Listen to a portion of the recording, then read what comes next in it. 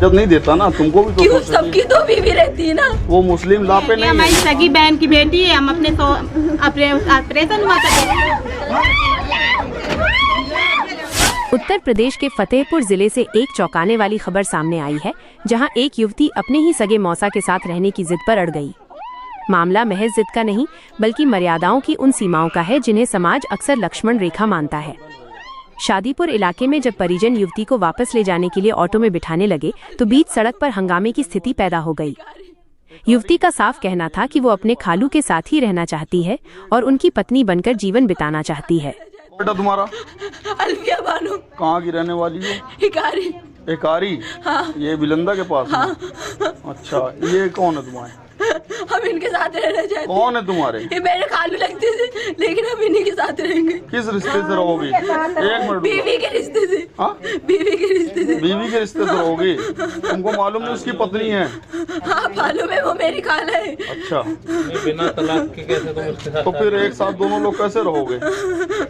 हाँ, उनसे पूछो, वो रखेंगे। तुम भी तो बताओ ना, कानूनी इजाजत नहीं देता ना, तुमको भी तो क्यों? सोचना सबकी तो बीवी रहती है ना। वो मुस्लिम ला पे नहीं है, ये कानूनी प्रक्रिया पे है। नहीं रहती, कानूनी में भी रहती है। अच्छा, यही रहो। किसने किसने मारा तुमको? सब लोग चिल्ला रहे हैं, सब लोग।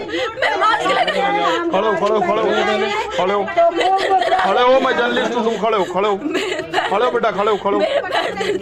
अरे वो तो पट्टी सर की चक्कर करा रहा है। कौन? यही अपने हाथ से पटकी है। सब लोग। मैं मास्क लगाई थी, मेरा मास्क हटा लिए।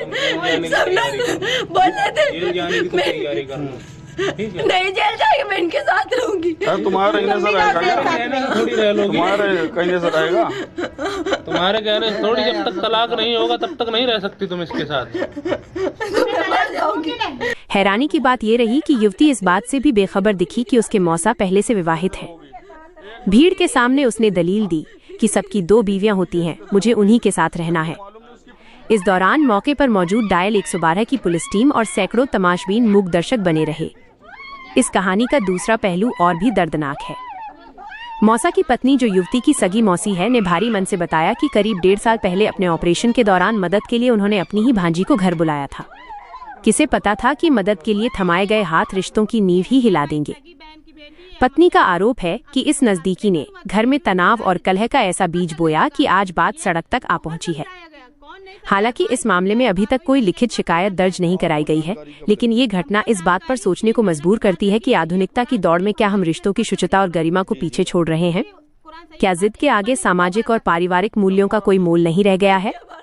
फतेहपुर की ये गलियां आज भी इसी कौतूहल और चर्चाओं से भरी हैं, जहां एक तरफ टूटती मर्यादाएं हैं और दूसरी तरफ लाचार खड़ा परिवार। ये हमारी सगी बहन की बेटी है, हम अपने ऑपरेशन हुआ था, बेटी तो बुलाए थे, जब इनका चक्कर चलने लगा।